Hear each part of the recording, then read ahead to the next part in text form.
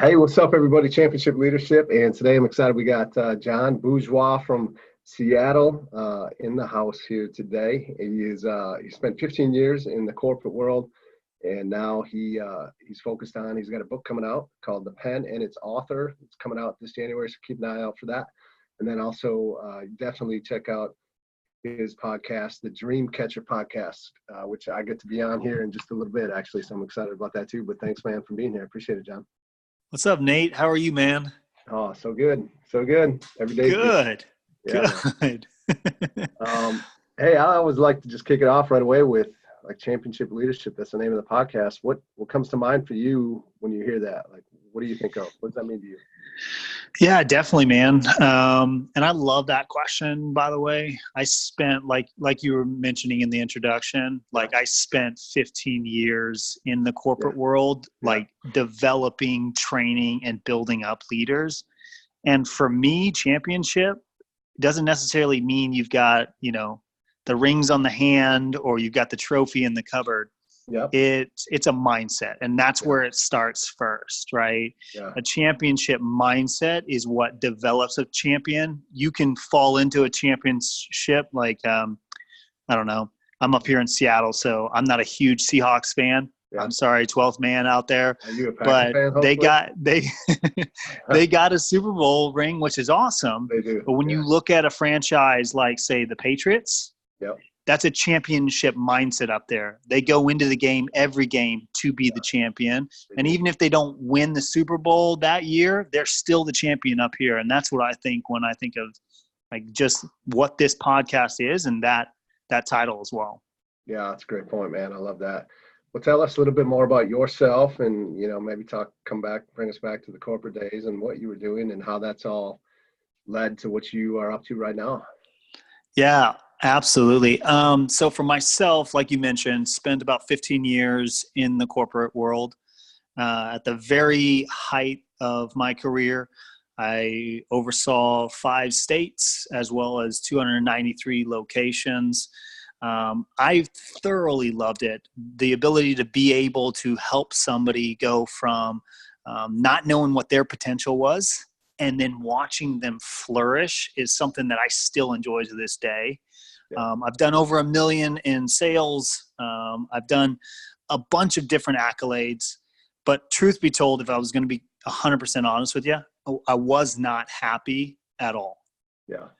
And the real reason why was I sat on a dream for about a decade, kept it up here.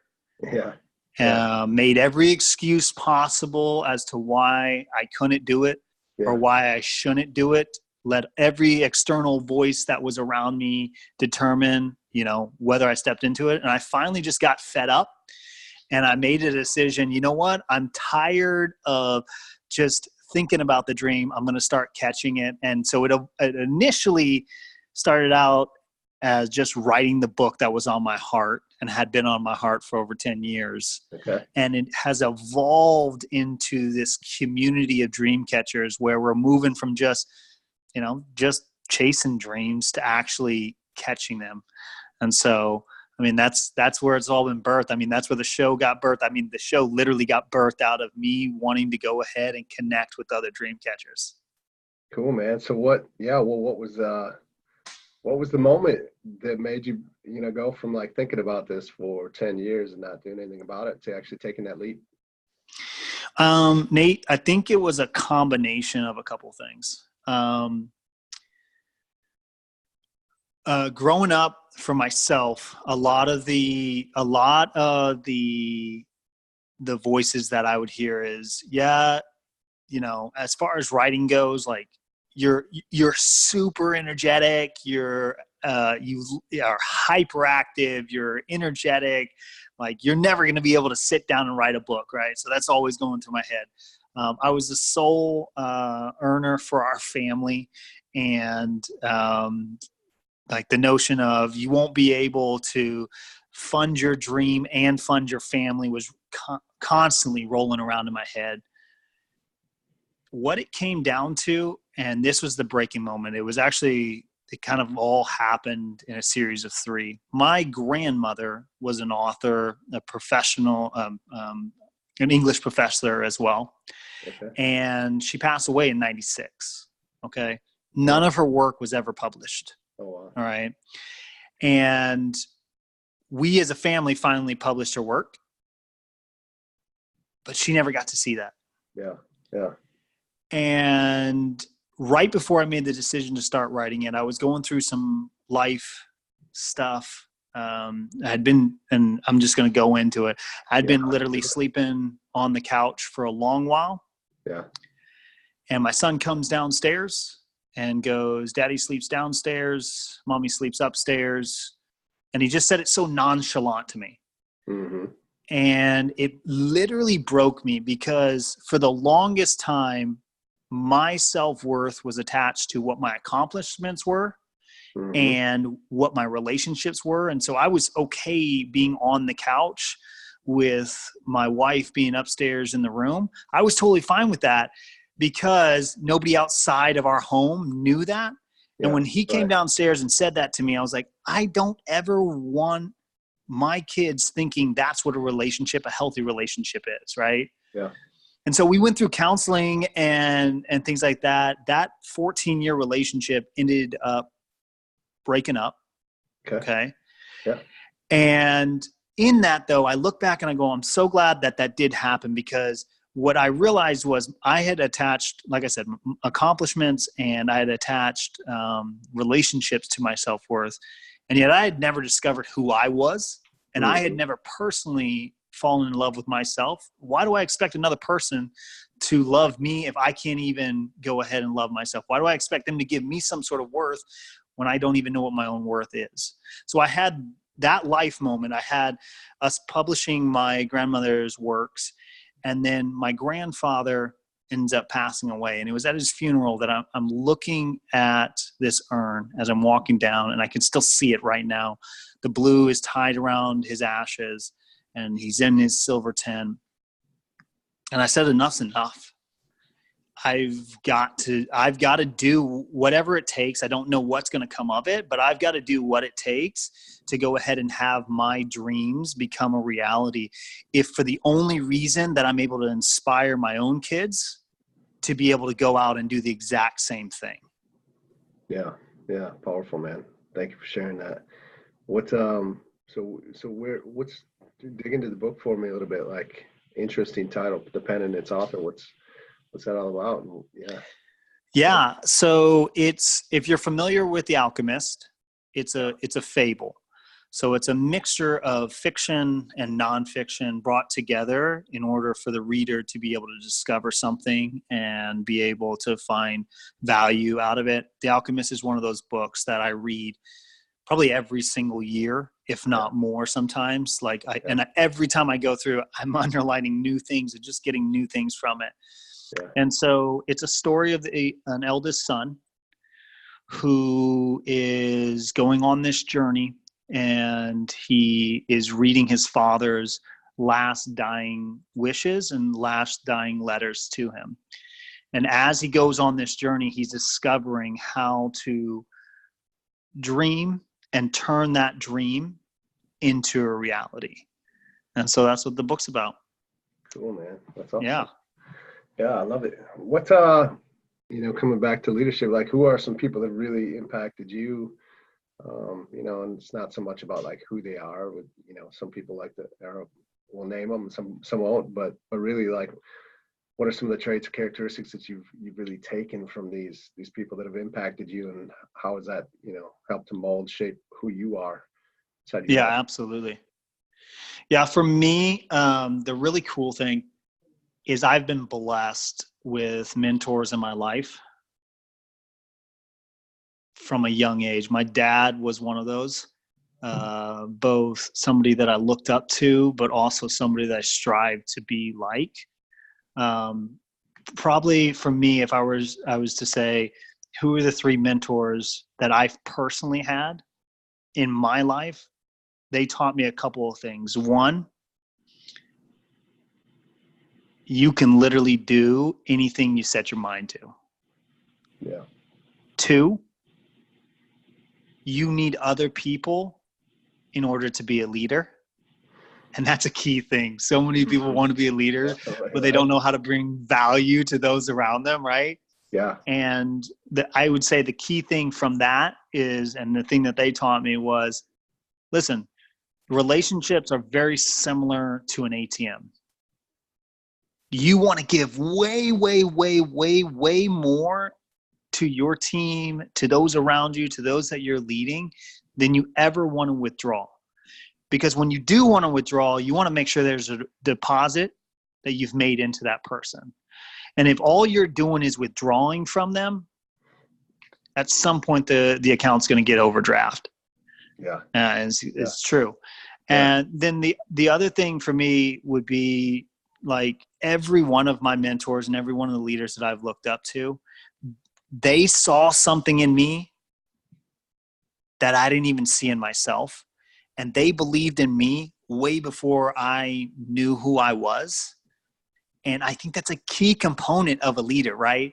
A Yeah. leader is Yeah. somebody who, hands down, is able to see the vision, whether it's the vision of the company, but also the vision of the people within the company, also the vision of those that are in the community that they're building, be able to see their capability and be able to help them bring it out. And I think those are some of the things when I look back and I go, man, I've had some phenomenal mentors in my life. What are the things that, if I were to drill down the things that they were really good at, it would be, one, they firmly believed, doesn't matter what the obstacle is, we can get it done. They knew that people were the way that we get stuff done, and depositing into them was the way that we got stuff done. And then lastly, they were visionary. They were able to see in you something that you didn't even see, and then they were able to bring that out. Yeah. Yeah. Oh, that's incredible. I love that. What's the vision for you? Let's talk about that a little bit, like Dreamcatcher podcast and what you got going on, versus the Dream Chaser, I believe you said earlier. Like, Yeah. what's your vision for what you want to do in the next, let's just say, 5 years? Yeah, man. So I want to move as many daydreamers, dream chasers out of that arena. And I would love to see a community, a fire lit behind dream catchers. People that, one, don't just talk about it, but two, they know practically how to walk out a dream that they've got in their head and how to make it happen. I mean, and I know we're going to talk about this a little bit more on our show, but I relate catching a dream very similar to, fitness. You yourself know just as well, when you're doing Ironmans or when you're in the military or anything like that, there are steps to take to execute any task that you're wanting to put in front of you. And if you take those, whether it's business, whether it's fitness, whether it's the military, if you take those steps, they might look a little different. They might be called something different. But if you take those steps, they're going to get you to that end result. That's what the next 5 years looks like for me. Yeah. I want to build a community full of dream catchers that when they go, let's just take Mount Everest, right? That's one of the things on my heart I would love to do, and I'm going to do, right? I love it. Awesome. When they go, hey, my dream is Mount Everest, they understand, in order to take that journey, I have to start at the bottom, and I've just got to put one foot in front of the other until I'm eventually at the peak. And when I'm at the peak, I'm overlooking Mount Everest, and I've done it. And then it's, how do I bring the next person up, and how do I go to my next level? So that's what I'm on a mission for, man. Is that alone? Yeah, thank you. Appreciate you sharing that. What is a moment in your life where, like, you've had a big decision, a critical moment, a turning point where, you could have very easily went the path that everybody else goes, but you decided to take a different path to really has altered the trajectory of where you're at today. Because we all have those moments, right? And sometimes we're uncertain in those moments what to do, and sometimes we can choose wrong, and it could have you completely, on a different path inside your life. Like, is there something that really sticks out to you? Is that moment where, your life changed to help you get to where you're at today? Yeah, I mean, there's been multiple points in my life that I look back at and would say, oh, that was a turning point. Whether that be the decision that I was no longer going to give my son that sort of lifestyle, whether it be the decision that I was going to move from Sydney, Australia, where I spent about 7 years over in, and come to the US. Whether it was we're going to move from Southern California to Seattle because we wanted to be closer to family, or whether it even be like the most recent decision that I made at the beginning of 2018.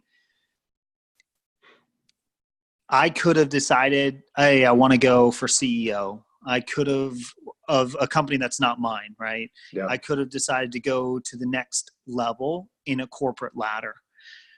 Instead, I made the decision, no, you have something on your heart. You have something on your mind and your soul.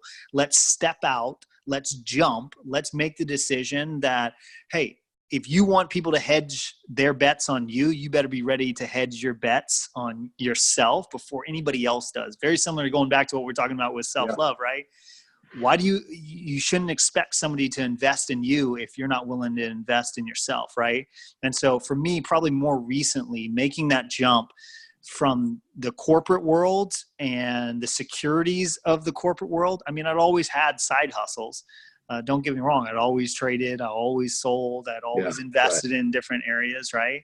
But really stepping out and going, we're going to, very similar to Alexander the Great, we're going to burn our boats. Yeah. And this is a ride or die moment. We're going to go ahead and go all in, and we're going to see what we can actually do if we give 120% of our focus to this thing in front of us. Has that always been kind of a natural thing for you to do in those times, or where does that come from? Is that something that you've seen or learned from somebody else, or where does that come out of? Which one? The burn the Or boats? just making decisions to take a stand for yourself, and because because a lot of people are looking for the guarantee, or they want a guarantee before they make a decision. And like, man, you just don't know. You wish you could know before you make the decision, right? But I mean, that's it's just not possible. It's really it's kind of like the true definition of faith, right? Of just having the faith, hey, this is going to work out. This is really, this is what I want. I'm going to make this happen. Like, it's not natural for most people. That's why I ask, you've always been willing to take that leap, or is that something you just kind of learned over time? Well, keep in mind, I'm the kid that at a young age climbs a telephone pole and lets go at the very top because one of my friends tells me that he's going to catch me when I let go. Okay. So keep in mind, that's who I am. And that's my nature. Yeah. But bringing it back to dream catching and bringing it back to a championship mindset. I teased on the Seahawks, right? I teased on the 12th man, but when they lost to the Patriots, they had a decision to make, right? That decision was, we can go ahead and do what we've always done. And the Patriots very well might know exactly what we're going to do by handing the ball off to Marshawn Lynch. Yeah. Or what we can do. Best call to make, definitely. It would be hindsight. That's correct. That's right. That's right. Or they took the risk. No, totally. They decided we're going to do something entirely different. The Patriots won't expect this. Yeah. And they decided to throw the ball. Now, in hindsight, you can look back at a champion. You can look back at a dreamer and go, oh, that was stupid. You shouldn't have risked that. But imagine had that been a touchdown. That would have been one of the greatest plays that we've been talking about, right? Oh, they would have handed it off to Marshawn Lynch. It goes both ways. And for me, I've had to learn a fine balance of, okay, what are the people around me, like the people that I look up to, the people that have done exactly where I want to go and are at where I want to be, right? What is their advice when they look at it, at the decision I'm making? If their advice is don't take the risk, or they haven't done it, or something like that, then I'm going to be a little bit less leery. But deep down on the inside, to be honest with you, Nate, I am willing to jump if I think that there's a chance of me being Yeah. able to fly, Yeah. you know. I love it. Love it. So yeah. What's as we start to wrap up here, what are one or two things that you could leave with the guest listeners that would help them to move forward, like just today, like they could take and implement into their life? Yeah, that's an absolute great question. I think the biggest thing that you could go ahead and do and execute today is, first and foremost, write out whatever your vision is, write out whatever your goal is, write out whatever your dream is, write it out in full detail. Like, I want you to remove any of the obstacles that you may or may not think are in front of you. I want you to remove them entirely, and I want you to write out exactly what your dream or what your goal is in its full detail. So much so that when you read it, you feel it, and when somebody else reads it, they feel it as well. And then the other thing that I want you to do, my book isn't even published. Yeah. And I'm already writing my second one. Awesome. Take the action today in order to get you one step closer to your dream. Because if I could go back and talk to my younger self, I would tell him that exact thing. I would say, take the action today to get you to finishing your book. If it's 5 minutes, okay. If it's 10 minutes, okay. If it's 20, 30, if it's an hour, I don't care. Yeah. Take the action necessary today, right after you're done listening to this episode, and go whatever and do whatever it takes today to get you one step closer. Because I can promise you, it's going to compound effect. It's going to go ahead and have a snowball effect. Eventually, you will get one step closer, and eventually you'll actually be able to accomplish what you're going after. Yeah, I love that, man. Thank you. What are a few ways that we can find out more about you, your podcast, and even the book that's coming out? Like, how can we get a hold of this stuff? Yeah, definitely. So the best way to find me, including when the book is released and everything like that, would be go ahead, subscribe to the Dreamcatchers show. I would love, if you're a dream catcher, I would love to go ahead and know your journey, know what dream you've got on your heart. If there's anything I can do to help you, I want to know that as well. And so if you want to find me, have a conversation, know my journey and watch it, you can always go to any social media platform, John C. Bourgeois, and you'll be able to find me that way as well. Yeah, totally. And we'll make sure we get all that linked up in the notes too, so that they can find it easily and get a hold of you. Appreciate you, man. Thank you so much for the time today and coming on the show. And I know I'm going to be coming on yours here in a little bit, and I'm excited to do that. So yeah, thank you. Thanks for having me. Yeah, absolutely.